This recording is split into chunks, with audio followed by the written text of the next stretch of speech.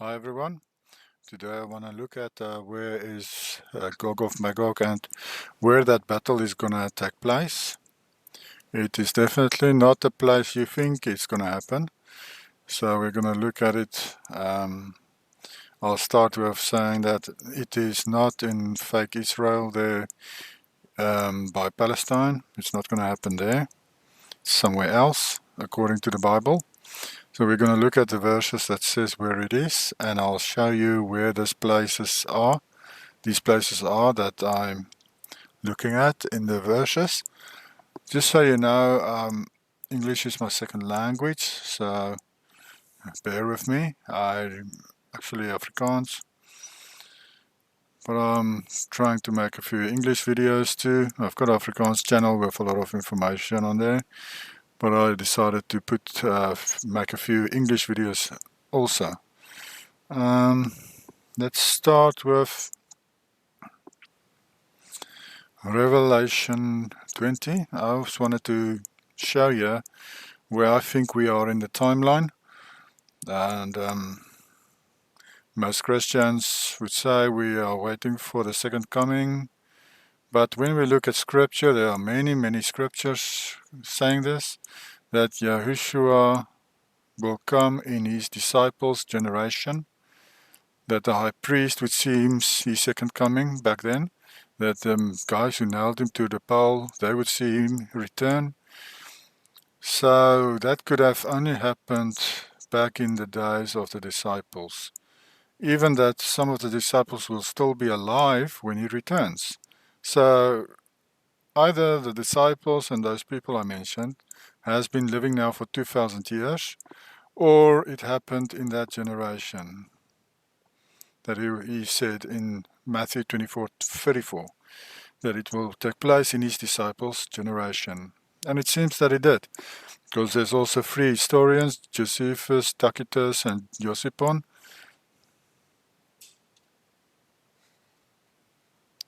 that mentions this. Yes, these three historians mentions this, that they saw the heavenly army appear in the sky at Jerusalem around 70 CE, and they rode across the sky, these angels on horseback, and probably Yeshua was amongst them. And these people that says this, they weren't Christian, they just report what they've seen. So yes, I'm a partial preterist. I believe most of Revelation's been fulfilled already, and that we are actually after the 1,000-year reign of Messiah, that also happened already. When we look at this and at when Yahushua was born, we see in the LXX Septuagint that he was born 5,500 years after Adam, which means he was born in the end times. That is also mentioned in other books, biblical books, the 5,500 year period. And it was prophesied even to Adam that Yeshua will be born 5,500 years after him, from him, and in the future. So that happened. And I believe with the second coming in around 70 CE, that the millennial kingdom didn't start exactly just after that event. I think there was still a few 100 years. The Romans could do what they want.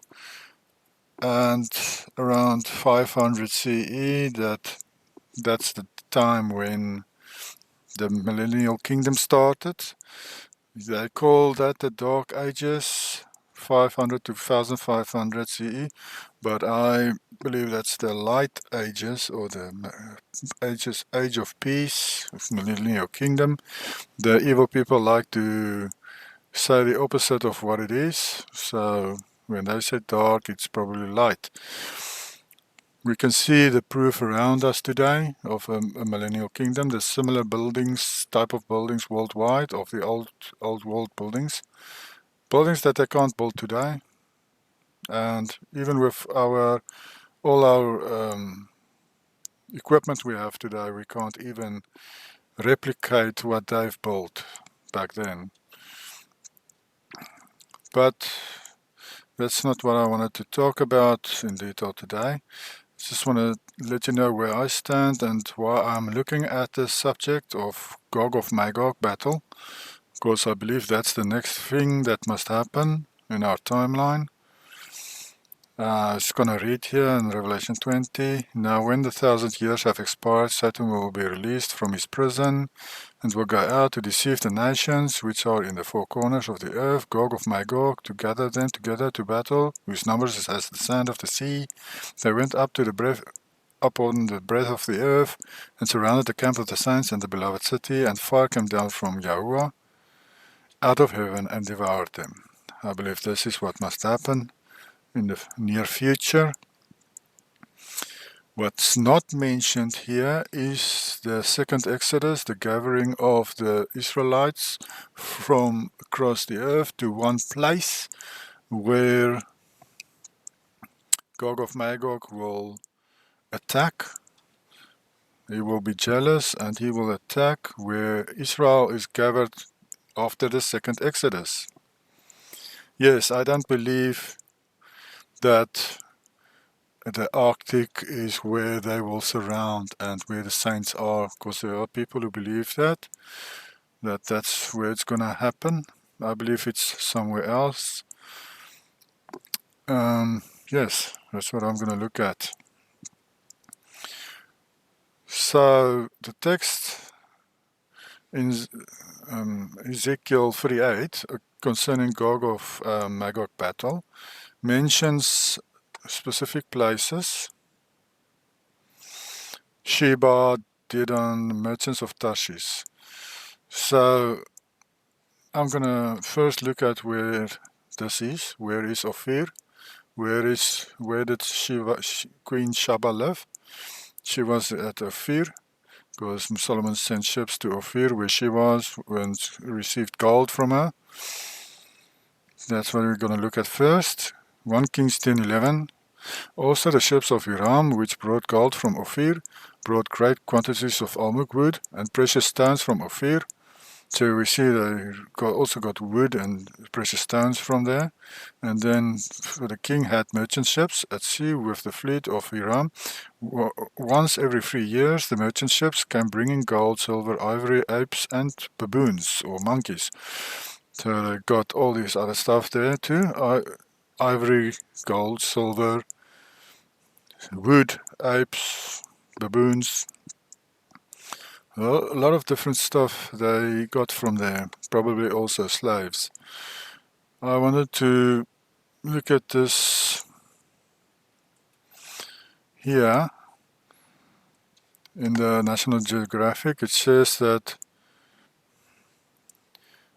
the sailing ships characteristic of East Africa set out from Kilwa and Sofala, laden with gold, grain, wood, and ivory. So similar things that they got from Sofala. I'll show you on the maps where Sofala is, and use that also to prove that Ophir and Tarshish is Sofala. It's a coastal town, and that Ophir is right next to it. That Ophir sold gold to Sofala, to Tarshish, where they put it on the ships, and that went to Solomon and over the world, probably. Gold, wood, and ivory, but also silver. We read about silver. Also that. Let's look at. There was this guy, Tome Lopez, who accompanied Vasco da Gama. He wrote up what they saw and found and so forth. In 1502, he identified Sofala with Solomon's Ophir. This guy believed that Sofala is Ophir. Now, next I want to read this history of Africa, south of the Zambezi, what this book had to say about Sofala. Were not these mines from which the Queen of Shaba got the gold which she presented to King Solomon, said the Portuguese enthusiasts? Was not Masapa? Remember these names, I'm going to show you on the map later where they are. Masapa, the ancient Ophir. So he said, was not Masapa the ancient Ophir? Why even then Karanga blacks called mountains close to the residence of this great mount, their great chief, Fura, and the Arabs called it Ophir. What was that but a corruption of Ophir? So remember the Arabs took over East Africa there, and they called that area Ophir, which is similar to the original name of it, Ophir. There at Abbasia, close to Masapa and to the mountain Fura. I'm also going to show you where's Mount Fura and Masapa. Was a mine so rich that there were seldom years in which nuggets worth 4,000 cruzados, this 1,904 pounds, were not taken from it. And then it mentions here Manica. I want to show you where that is. Mines of Manica. And then down here it says, these barbarians obtained all the gold that was purchased at Sofala and the smaller stations. So we see they sold it there to Sofala area. And the smaller stations there by the coast. And that's where other people who came in with ships, they bought it there. Okay.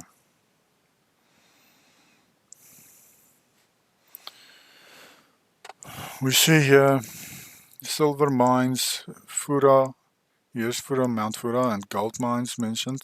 There's your Masapa. There is Sofala. Sofala is here by the coast.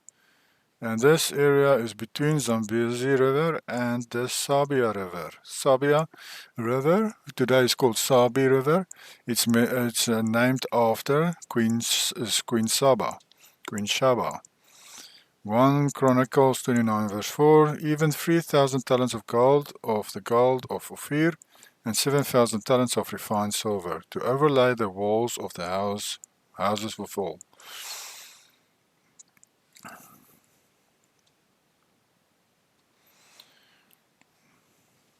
Okay, so let's look at a few pictures of these areas.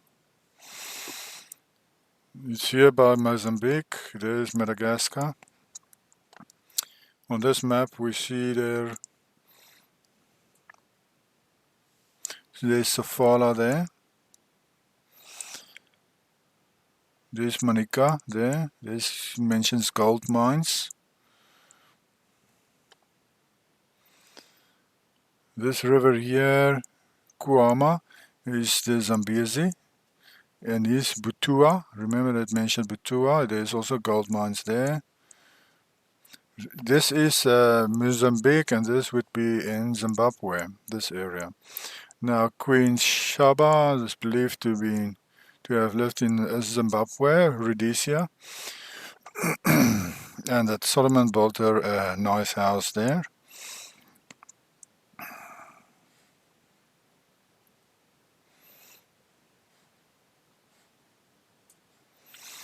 See this map.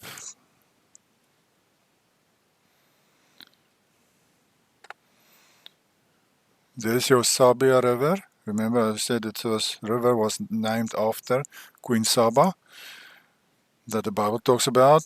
Queen Saba, where does she live? At Ophir. Remember that?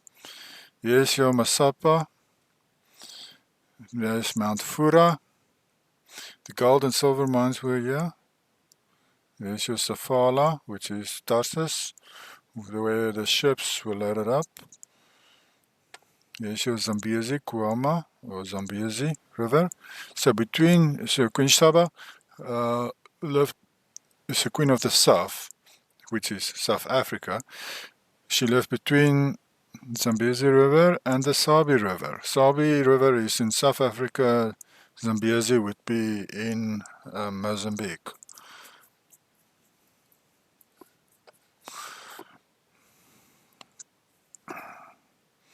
Here's a map with not many details in it. So this is Zanzibar up here is actually Ezion Geber that the Bible talks about. I'm probably going to make a video about that in the future. But I've got it in Afrikaans, explaining why it's the same place. Tarshish is Sofala. You've got your Kuama there, the Zambezi, then Havila, which is Rhodesia. Yeah, this is where Ophir is. Now Havila, of course, mentioned in Genesis 2, where the rivers go around. You get your Pishon and Gion going through and around Havila. The Gion, of course, is the Nile River. That gives you a hint where the Garden of Eden was. Remember, there's one river split into four, and you can still see it on Google Maps today. If you zoom in on Port St. John's, you will see the one river splitting into four riverheads. That's where the river started, and that's where the Garden of Eden was. And two of those rivers went through and around this area here.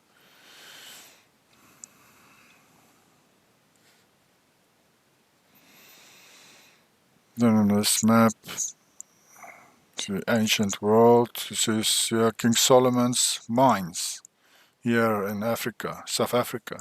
It's a bit higher. It was around here, King Solomon's mines. Here by Mozambique, South Africa, up a bit higher.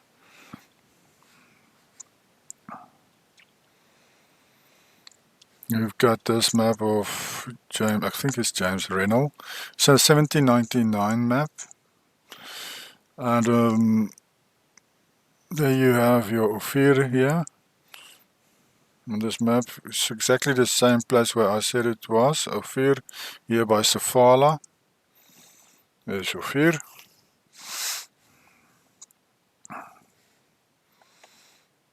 And you've got this map here. Here's your Sabia River. Here's your Sofala, where Tarsus is. Then you've got your Masapa there. Manika is here. So this is all the areas around Ophir where they got the gold and silver, and of course there's a lot of elephants because they also got a lot of ivory from, Solomon got ivory from here in Zimbabwe. There's a lot of elephants. There's still elephants there today. There's monkeys and baboons there. There's elephants, silver and gold. Other places they want to claim might have been Ophir. They've never, like India for instance, they've never exported gold in their life. So they can't be Ophir because Ophir is known for their gold. So how can India be known as Ophir? Or somewhere in India. The other places they mention as Ophir, like I said, they're not known for gold. So then they can't be Ophir. But this place in East Africa is still known today for its gold. Pretoria, north part of South Africa, is a big gold producer. They get a lot of gold from there, and that's also the reason why England attacked the farmers in South Africa, because they wanted the gold. And yeah, we know the Boer War, the first and second Boer War. The British won the second one, but because they started to kill our women and children in concentration camps, and that's the only way they could win the war. Because those few farmers were a bit tough. It took them 3.5 years, I think, and eventually, when they started to kill the women and children, then the farmers gave up because they didn't want to lose all their wives and children. But yeah, that was what happened there, and they they did that because of the gold. Because this area where Ophir is known for its gold since Bible days. The Bible mentions this in Genesis 2 already, that Havilah is a land of gold. That's Ophir. So that's where Solomon traveled to. He came down here on the east side of Africa. He came down here, right to the bottom here by Mozambique. Right down here, that's where Tarsus was, and Ophir. There's your Zimbabwe. Here is the Sabi River goes here, and the Zambezi goes up here somewhere. That's your Tarsus, and Ophir was a bit more inland. Not too far inland, but it's partly Zimbabwe and Mozambique. Just so you know where Ophir is. So let's go read what the verse says. Gog and allies attack Israel. Now Gog, of course, let's just talk about this quickly. Magog is a descendant from Japhet. Japhet received, according to Jubilees 8, he received East Territory, Asia and Europe. That's what Japhet received, Asia and Europe. And so when you look on old maps of the territory of Russia today, old map shows Magog in that area, Gog and Magog, on the maps in that area of Russia. You know, Russia is in the area of Magog. And what will happen, it's already started. Russia is attacking Ukraine, and they're going to win, of course. But in future, they are going to attack other nations too. They're going to conquer many European nations. They're all even going to conquer America. But not on their own, of course. They're going to have the help of China and the other Muslim countries when they attack America. But they will win. According to today's prophets, they're going to win. And they're also going to, like I said, conquer many other nations. They're going to be very powerful eventually. And they will use these soldiers of all these other countries also to come with them to surround the territory of Israel, where Israel will be gathered, where Yahweh will protect them. And let's read this so we can get to that verse. That's important. Son of man, set your face against Gog of the land of Magog, the prince of Rosh. Rosh also maybe where you get the word Russia from. Meshach and Tubal, and prophesy against him. And say, thus says Yahweh Elohim, behold, I am against you, O Gog, the prince of Rosh, Meshach and Tubal. I will turn you around, but put hooks into your jaw, and lead you out with all your armies, horses and horsemen, all splendidly clothed, a great company with bucklers and shields, and all of them handling swords. Persia, Ethiopia, Libya, Muslim countries today are with them, all of them with shields and helmets. Gomer and all its troops, the house of Togarma. I think Togarma is southern Russia, from the far north, and all its troops, far north, referring to Asia, northern Asia. Many people are with you. Prepare yourself and be ready, you and all your companies that are gathered about you, and be a guard for them. After many days you will be visited in the latter years. You will come into the land of those brought back from the sword, and gathered from the many people on the mountains of Israel, which had long been desolate. They were brought out of the nations, and now all of them dwell safely.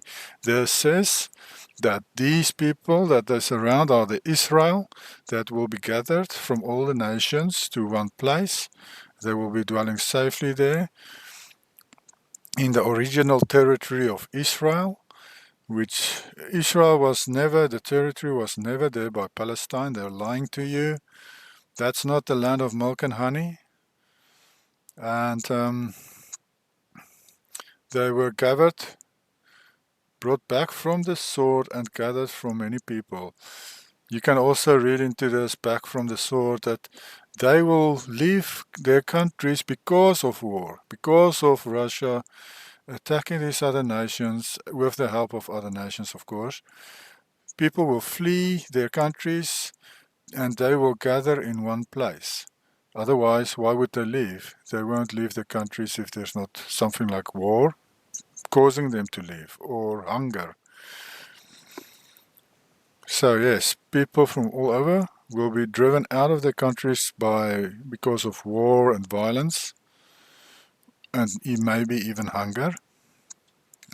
They will go back to the mountains of Israel, to the territories Yahweh gave to Israel in the past. Like I said, it's not Palestine or Western Asia. It is in Africa, which has long been desolate. I believe that Jerusalem at this moment is still desolate, that it hasn't been rebuilt. But, well, this is my view on this. Because of the timeline that I believe in, I don't think it was rebuilt during the 1,000-year reign of Messiah. And yes, I don't think it was rebuilt in that 500 years after it's been destroyed, or rather 400 years after its destruction in 70 CE, up to the Millennial Kingdom, that period. I don't think it's been restored then.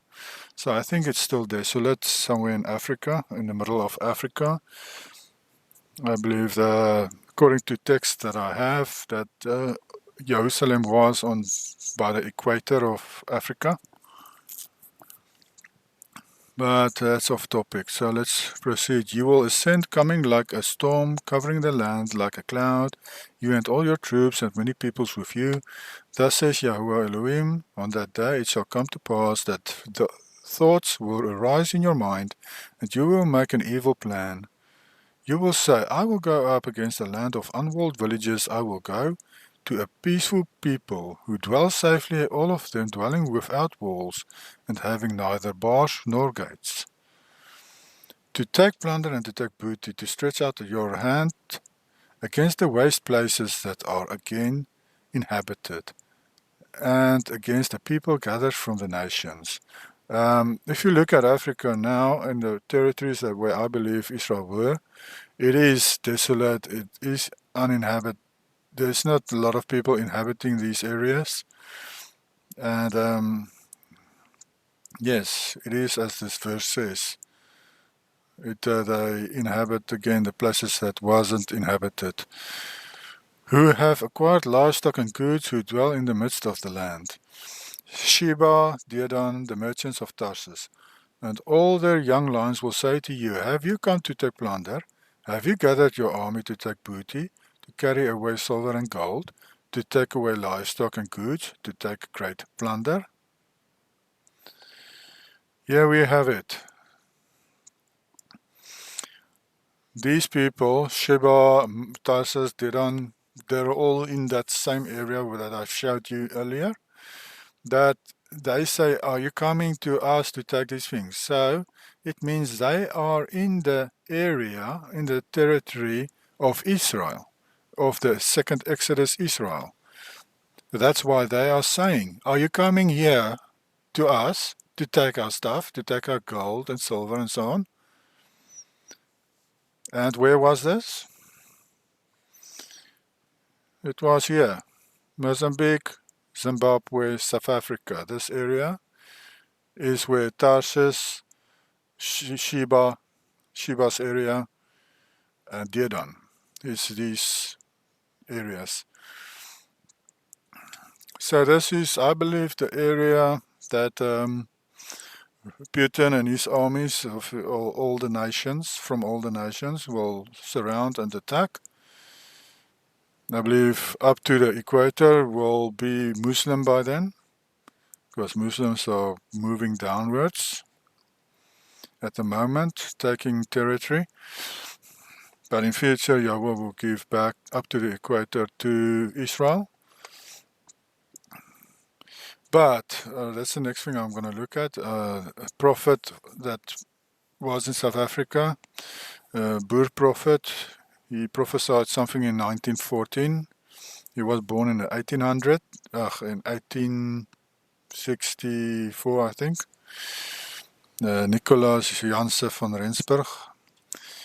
And I want to read something that he received many visions. So one of his visions I want to read.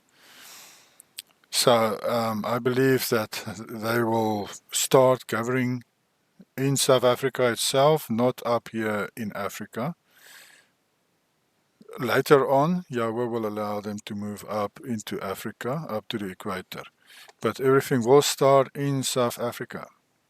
That's where the second Exodus is going to go. People from the second Exodus, they're going to go to South Africa. They're going to move there. Driven out of their countries because of war. Let's see this prophecy. Let me just show you.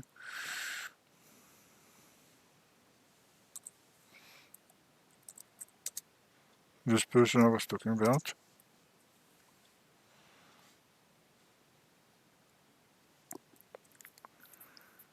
Oh, it's okay. This is what he looked like. I don't know what's that. Anyway, this is what he looked like. Nicolaas van Rensburg. This is the, you see? Nicolaas Pieter Johannes Janse van Rensburg. He's born on 3 August 1864. And he died in 1926. He was born in Palmietfontein Farm, Potchefstroom, South Africa. Anyway, he received many visions. The only book he ever read in his life was the Bible. He only read the Bible. And he would go out, I believe every day he went out in the field on a hill. And he would go and pray on the hill. And he would read his Bible. So he was a devout believer, Christian, saint. He served Yahweh all his life till the day he died. And yes, so he received a lot of visions. Let's read this one that I wanted to talk about. It's in 1914. There is a great fleeing out of Europe. There is a ditch containing red water. They put in brackets that maybe means radioactive. I think it might refer to communism spreading. In the north, the world becomes brightly lit or light explosions. In the north, referring probably to war. The Union of Europe turns a grey color, it's like it's dying. It means death. A black cloud, death, hangs here. After all these events have fulfilled, and millions of people from Africa invade Europe. So millions of blacks will invade Europe, which already is happening, as we know. They're already invading Europe, but it will intensify. Many more will invade in future. Thousands of white Christians will leave Europe to settle in South Africa. The seer said he saw their tents stretching from the Cape to the Kalahari and Southwest Africa, Namibia. Tents will also be standing from Durban to Mozambique, Maputo. These will serve as temporary shelters for all the Christians from over the world. Every tent dweller will be under the protection of Yahuwah's hand, as was Israel in the Sinai desert in the time of Moses. This is his vision that he had. It's an amazing vision. I don't think he understood fully what this vision meant. I believe that what he saw was Israel gathering with the second Exodus. They are gathering in South Africa, as he prophesied. because of war, because of what's happening. And this is exactly what we just read now. The people leaving because of unrest, because of war. Otherwise, people won't leave their countries to go to a place that they've never been or don't even know anything about. So there you have it. This is what I wanted to show you. And another verse I want to mention here is Zephaniah 3 verse 10. That also talks about this. It says, from beyond the rivers of Ethiopia, which is the Nile River, my worshippers, the daughter of my dispersed ones, the Israelites that were dispersed, shall bring my offering. So it says here that they will come together beyond the rivers of Ethiopia, beyond the Nile River, which ends at the equator. They will gather there and bring your offering. Where's that? It's in the bottom part of Africa. Another proof that it's going to be there, it's going to happen there. That the second Exodus is the bottom part of South Africa. That's where the people are going to. And yeah, I think this is amazing. And something you won't hear anywhere else. I think maybe I'm the only one who thinks and believes this in the world. Who knows? Anyway, you can believe it or not. It's up to you. I've presented the proofs that I've found so far. And take it or leave it. Enjoy your day. Bye.